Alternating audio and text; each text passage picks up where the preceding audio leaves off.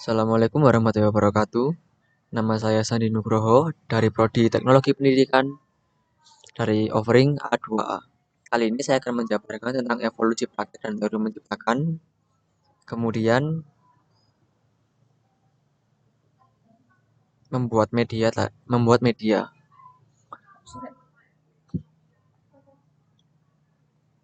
Kita mulai dari perkenalannya terlebih dahulu.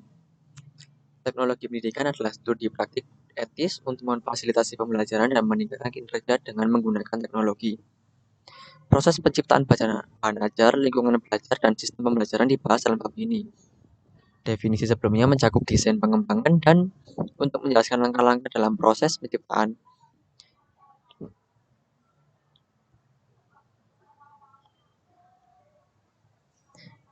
Metodologi desain dapat berasal dari berbagai pendekatan. Bab ini membahas berbagai cara.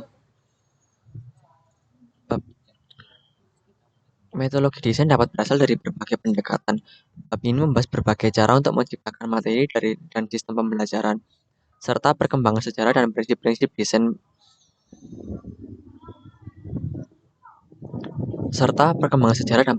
desain pesan dan model pembelajaran. Bab ini mengulas isu-isu kontemporer terkait penciptaan materi pembelajaran. Kita lanjut ke bagian berikutnya, evolusi praktek dan teori untuk menciptakan. Pada awalnya, bidang yang kemudian menjadi teknologi pendidikan berfokus pada pendidikan visual dengan penggunaan film dan slide. Kemudian perkembangan radio, film, suara, dan rekaman audio mengubahnya menjadi audio pendidikan visual. Pada tahun 1950-an,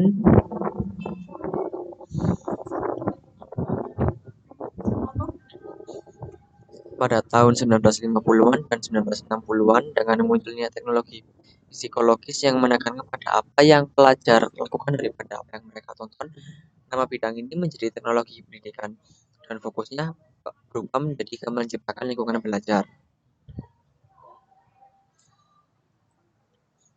Pergeseran paradigma kedua terjadi pada awal tahun 1980-an.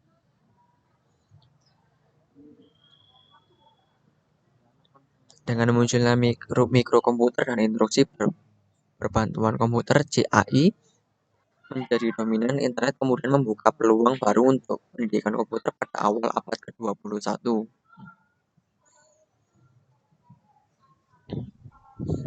Bidang ini menghadapi perubahan paradigma ketika menuju pembelajaran berbasis web dan media seluler. Selama perjalanan ini, praktik dalam menciptakan media pendidikan telah berubah dari film ke radio, televisi menjadi AV. Pada tahun 1910-an dan 1920-an, film bisu digunakan dalam pendidikan tanpa pedoman pedagogis yang jelas. Pada tahun 1930-an, film bersuara mulai bersaing dengan film bisu dan baru menjadi standar setelah Perang Dunia Kedua. Pembuatan film pendidikan pada tahun 1920 dan 1930-an tidak didasarkan pada teori pedagogi atau metodologi desain instruksional. Produser memilih subjek visual dengan menerapkan genre film sesuai dengan materi pengajaran seperti drama, dokumenter, atau demonstrasi ilmiah.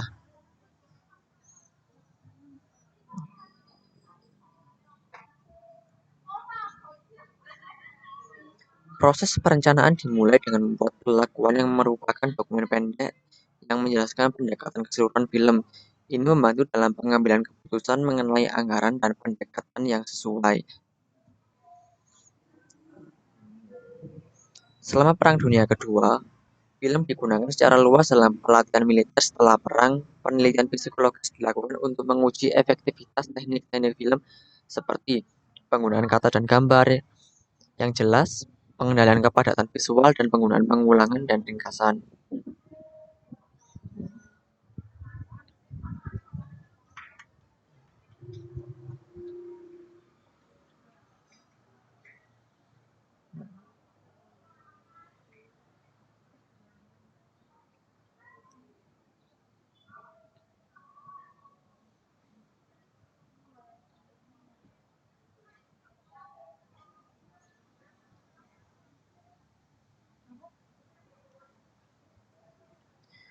Teori Gestalt dan kognitif mempengaruhi penelitian pada masa perang, terutama dalam memberikan pengantar untuk memahami pesan dan film mengatur presentasi agar sesuai dengan kemampuan kognitif audiens.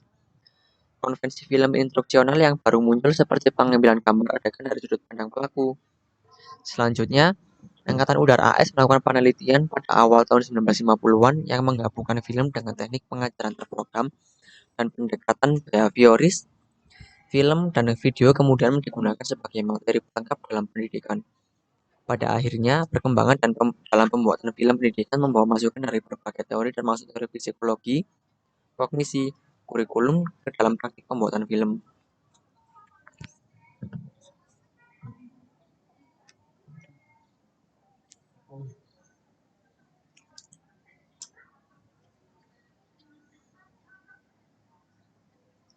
Kemudian kita masuk ke dalam subbab radio dan televisi pendidikan. Pada tahun 1920-an dan 1930-an, stasiun radio pendidikan berkembang termasuk program-program yang disesuaikan untuk penggunaan sekolah di Inggris dan Amerika Serikat. Program-program ini mencakup berbagai mata pelajaran seperti sains, sosial, musik, dan seni.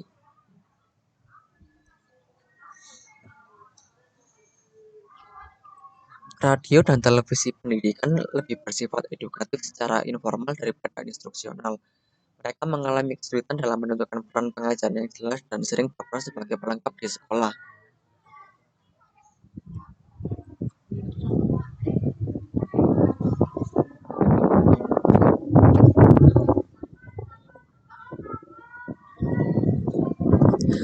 Setelah popularitas rekaman video, terutama kaset video program televisi pendidikan mulai banyak diproduksi dan digunakan sebagai unit yang dikemas, Badan Teknologi Instruksional (AIT) menjadi produsen utama program televisi instruksional di era 1970-an dan 1980-an.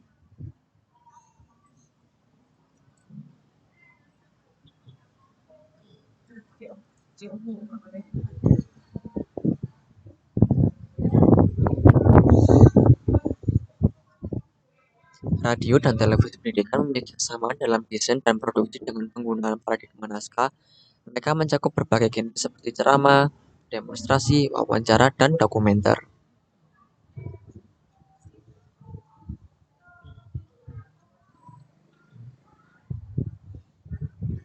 Kemudian kita langsung masuk ke dalam subbab penelitian dan teori yang mendasari. Penelitian dan teori mulai mendapatkan perhatian dalam produksi program radio dan televisi setelah Perang Dunia II.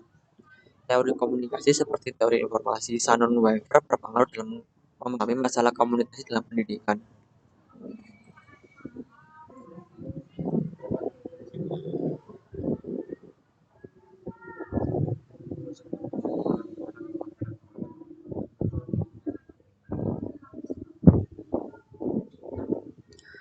Penelitian juga mencakup praktik reflektif seperti pengujian program kepada audiens, siswa, dan pengembangan.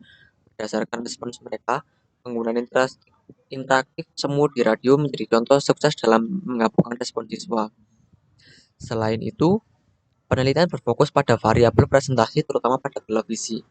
Prinsip-prinsip paduan berkembang melalui penelitian yang diterapkan pada produksi program siaran televisi dan rekaman video pendek. Beberapa penelitian didasarkan pada kerangka teori pembelajaran seperti pengajaran terprogram dan pembelajaran penemuan.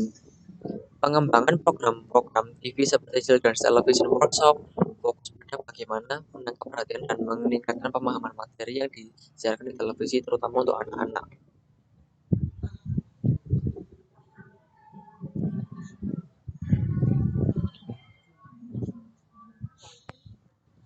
Selama beberapa dekade, CTW dan program-program serupa menerapkan pendekatan penelitian dan pengembangan dalam pembuatan serial televisi pendidikan yang dirancang untuk keterampilan khusus dan perkembangan audiens yang berbeda.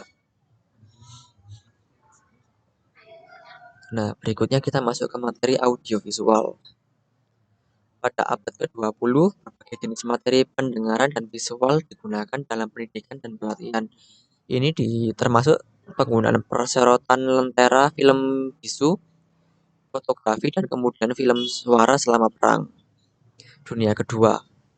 Strip film, slide, dan transparansi menjadi bagian standar dari program audiovisual sekolah dan perguruan tinggi pada tahun 1970-an. Format kaset audio menggantikan pita reel-to-reel untuk rekaman amatir dan pendidikan, meskipun CD menjadi lebih populer untuk distribusi musik populer pada tahun 1970-an.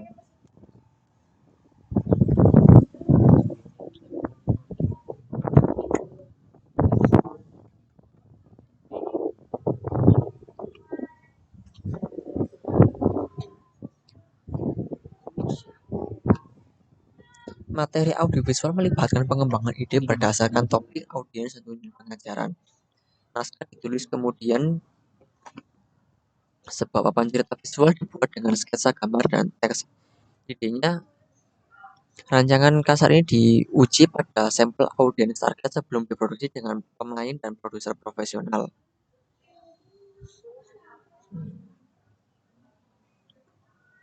Proses pembuatan penelitian dalam bidang pembuatan materi audiovisual mencakup 3 isu utama, yaitu persepsi, intervensi, retensi visual gambar, persepsi, intervensi, retensi pendengaran, bahan, serta interaksi mekanisme visual dan pendengaran dalam format multimedia. Penelitian ini telah memperoleh dorongan besar dengan penilaian jurnal tinjauan komunikasi audiovisual pada tahun 1953 oleh Departemen Instruksi Audiovisual dan dana tambahan yang diberikan oleh Undang-Undang Pendidikan Pertahanan Nasional pada tahun 1958. Banyak penelitian telah dilakukan dengan peningkatan pembelajaran visual dan auditori serta penelitian multimedia. Sejumlah temuan penelitian tersebut juga telah disusun ulang dalam berbagai literatur selama beberapa tahun terakhir. Kita masuk ke sebab berikutnya, yaitu instruksi terprogram dan mesin pengajaran.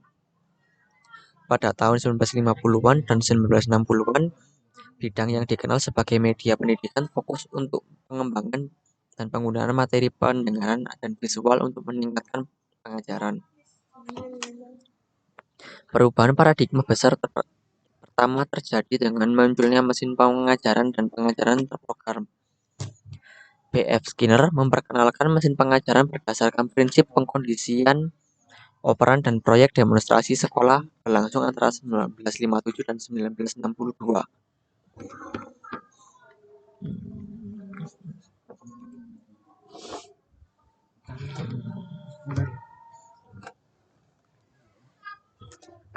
Instruksi terprogram, baik dalam mesin pengajaran buku, memiliki karakteristik seperti urutan item stimulus yang berurutan, respon siswa yang diperkuat oleh pengetahuan langsung dan tentang hasilnya dalam langkah kecil yang meminimalkan kesalahan Buffy pendahulu AETC berperan dalam mendukung gerakan pengajaran terprogram dan mesin pengajaran.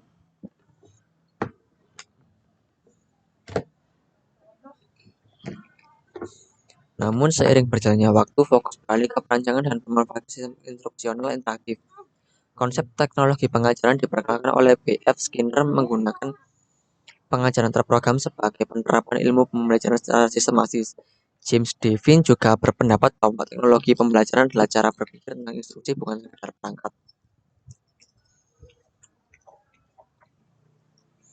Kemudian kita lanjut ke materi sebab berikutnya, yaitu instruksi berbantuan komputer. Pada bab ini kita membahas tentang evolusi teknologi yang dari pembelajaran terprogram hingga era media digital, internet, dan World Wide Web. Awalnya, Computer Assisted Instruction (CAI) mengikuti format instruksi terprogram dengan unit informasi dan pertanyaan yang diikuti oleh tanggapan siswa. Proyek Plato pada tahun 1961 menjadi fokus penelitian pengembangan CAI, memimpin perkembangan interaktivitas dalam pembelajaran.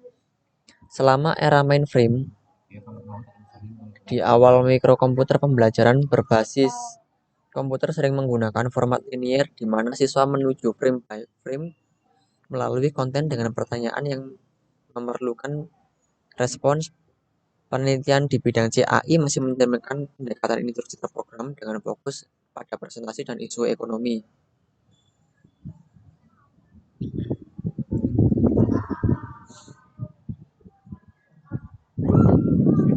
Kemudian dengan perkembangan komputasi dan internet, pengembangan media interaktif digital atau hipermedia menjadi lebih penting. Hipermedia adalah dokumen digital yang menggunakan hyperlink untuk menghubungkan teks, audio, dan video meningkatkan tingkat interaktivitas, meningkatkan tingkat interaktivitas desainer terlibat dalam pembuatan perangkat lunak yang teknis dalam menggunakan GUI untuk mempermudah navigasi.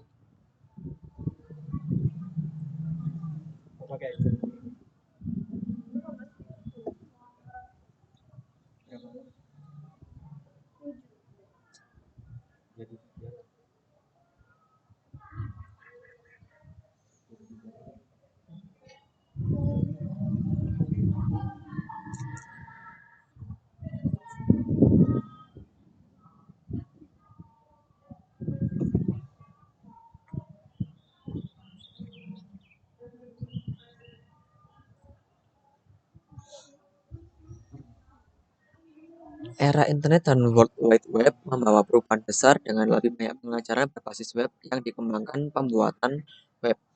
Pembelajaran berbasis melibatkan alat pembuat dan protokol pemrograman yang baru. Objek pembelajaran, komponen pembelajaran kecil yang dapat digunakan kembali menjadi fokus untuk mengurangi biaya pengembangan materi kursus standar seperti IMS dan SCORM digunakan untuk menciptakan objek pembelajaran yang dapat digunakan secara efisien. Namun, ada tantangan konseptual dan teknis terkait dengan objek pembelajaran seperti pertanyaan apakah potongan konten dapat digunakan secara efektif dalam konteks yang berbeda dan masalah standar yang fleksibel. Beberapa ahli seperti David Willey mendukung tujuan meningkatkan akses pendidikan, namun menyuarakan kritik terhadap konsep implementasinya objek pembelajaran.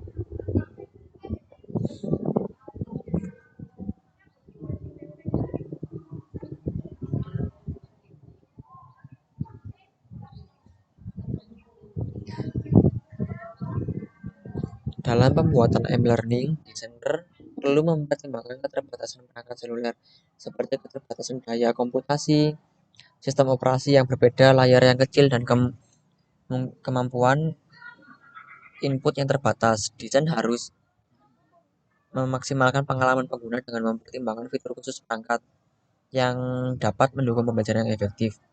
Selain e-learning, tren dalam pendidikan juga mencakup pembelajaran campuran yang mengintegrasikan pembelajaran tatap muka dengan penggunaan teknologi. Ini dapat terjadi dalam pendidikan tinggi, dunia korporat, atau militer. Dengan pendekatan yang bervariasi, desain pembelajaran campuran harus mempertimbangkan penggunaan teknologi komputer dan memadukan elemen-elemen pembelajaran dalam proses ISD generik. Perkembangan teknologi telah membuka pintu bagi inovasi dan cara pembelajaran dilakukan dalam desain pembelajaran harus mengikuti tren ini untuk menciptakan pengalaman pembelajaran yang efektif dan relevan. Kemudian kita lanjut ke materi berikutnya, yaitu membuat media.